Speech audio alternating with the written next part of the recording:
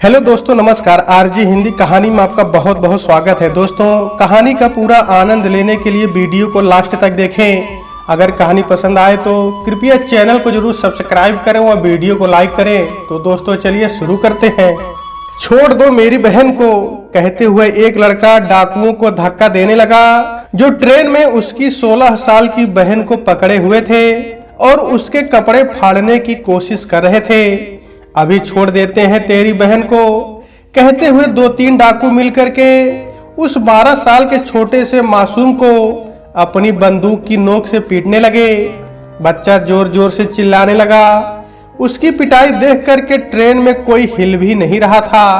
सब अपने को बचाने में लगे हुए थे, लेकिन उसकी बड़ी बहन, जो उसे अब अपनी इज्जत की चिंता नहीं थी, चिल्लाते हुए डाकुओं से बोली, छोड़ दो मेरे भाई को, तुम्हें जो कुछ करना है मेरे साथ करो, लेकिन प्लीज मेरे भाई को छोड़ दो। वो रोते हुए अपने दिल पर एक बहुत बड़ा पत्थर रखते हुए एक डाकू के पैर पकड़कर बोली, वाह रे बहन, क्या गुजर रही होगी उसके दिल पर। अब उनमें से एक डाकू का ध्यान उस लड़की पर आया। उसने उसके कपड़े फिर से फाड़ने शुरू कर दिए। लड़की अपनी आंखें बंद करके एक निर्बल असहाय की तरह रोते हुए ट्रेन में चारों तरफ उम्मीद भरी नजरों से देख रही थी और अपने आप को एक कोने में समेट रही थी।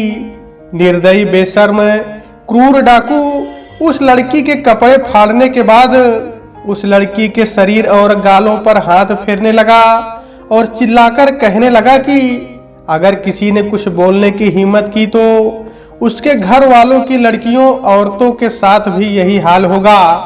लड़की सिर्फ रो रही थी और अब कोई तिरस्कार नहीं कर रही थी, क्योंकि वो सामने पड़े अपने भाई को बेसुध हालत में पड़ी हुई देख रही थी और तिरस्कार करके अपने भाई की जान को खतरे में नहीं डालना चाह रही थी।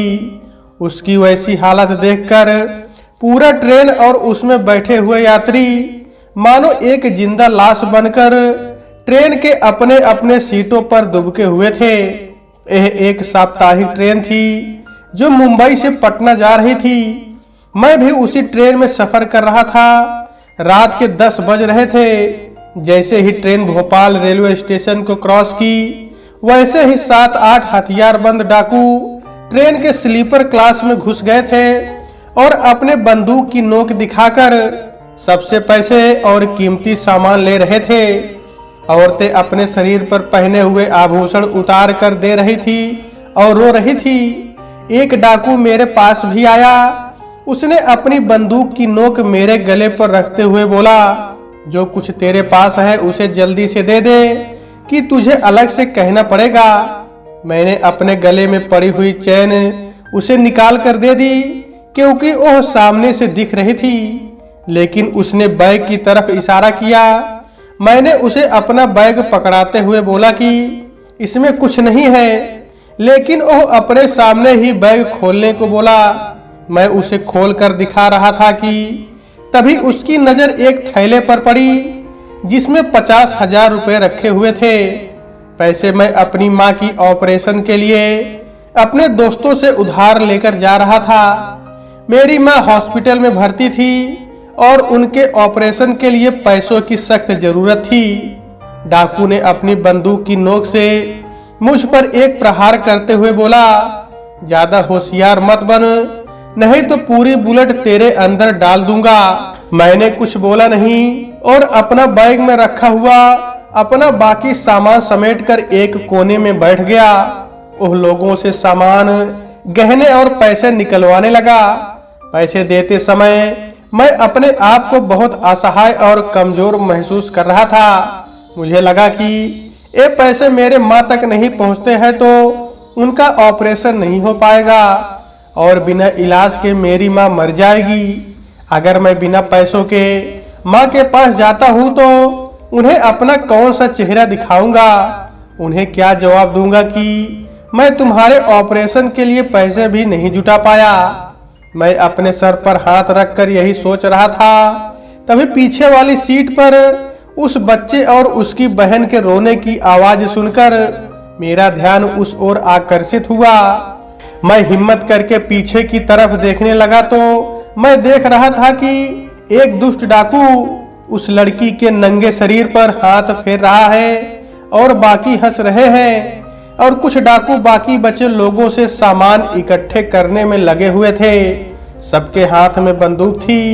मैं उस लड़की की दुर्दशा देखकर आत्मग्लान से भर गया। मुझे अपने जीवन पर इतना बड़ा दुख कभी नहीं हुआ था। मैं सोच रहा था कि आखिर इस जीवन का क्या मतलब, जब मेरी आंखों के सामने एक लड़की की इज्जत से खिलवाड़ किया जा रहा है और दूसरी तरफ मैं अपनी माँ का इलाज भी नहीं करवा पा रहा हूँ। ये सोचकर मेरे अंदर इतना ज्यादा क्षोभ उत्पन्न हुआ कि मेरा मन कर रहा था कि या मैं ट्रेन से कूद जाऊं जिससे मैं यह सब ना देख सकूं और माँ को भी चेहरा ना दिखा सकूं कि माँ मैं तुम्हारा ऑपरेशन नहीं करा पाया। लेकिन तभी मुझे ध्यान आया कि यदि मैं इन सब से लड़ते हुए मरता हूं तो शायद माँ को भी इतना दुख नहीं होगा जितना ट्रेन से कूद कर के मरने पर होगा। मैं यही सोच रहा था कि मुझे ध्यान आया कि मेरे बैग में बिजली से पानी गर्म करने वाला एक इलेक्ट्रिक रॉड रखा हुआ है। मैंने देखा कि वो डाकू जो मेरी तरफ सामान इकट्ठा कर रहा था अब दूसरी तरफ जा चुका था। मैंने अपने बैग से वह रॉड निकाली, उसके तार को हाथ में लपेटकर रॉड को हाथों से जोर से पकड़ लिया। मुझे ऐसा करते हुए देखकर कुछ यात्रियों ने मना किया। उन्हें डर था कि कहीं उनकी भी जान आफत में न पड़ जाए, लेकिन मैं अपने को मरा हुआ मान चुका था। मैंने दूसरी तरफ देख रहे एक डाकू पर पीछे से उसके सर पर जोर से वार किया। वो लड़खड़ाया। तभी मैंने उसकी बंदूक छीन ली और उसे पैरों से एक धक्का दिया। वो चलती ट्रेन से बाहर गिर गया। इतने में ही मेरे पास एक डाकू दौड़ते हुए आया। मैंने हाथ में रखी बंदूक उसके ऊपर चला दी और वो वहीं गिर करके तड़पने लगा। ये देखकर सारे डाकुओं का ध्यान मेरी तरफ हो गया। तभी मैंने पास में ही खड़े एक डाकू की कनपटी पर अपनी बंदूक रख दी और सारे डाकुओं से चेतावनी देने की मुद्रा में बोला, यदि सबने अपनी अपनी बंदूक अभी ट्रेन से बाहर नहीं फेंकी तो मैं इसका भी वही हाल करूंगा जो अभी जमीन पर पड़े हुए का किया। मेरी चेतावनी ने काम किया।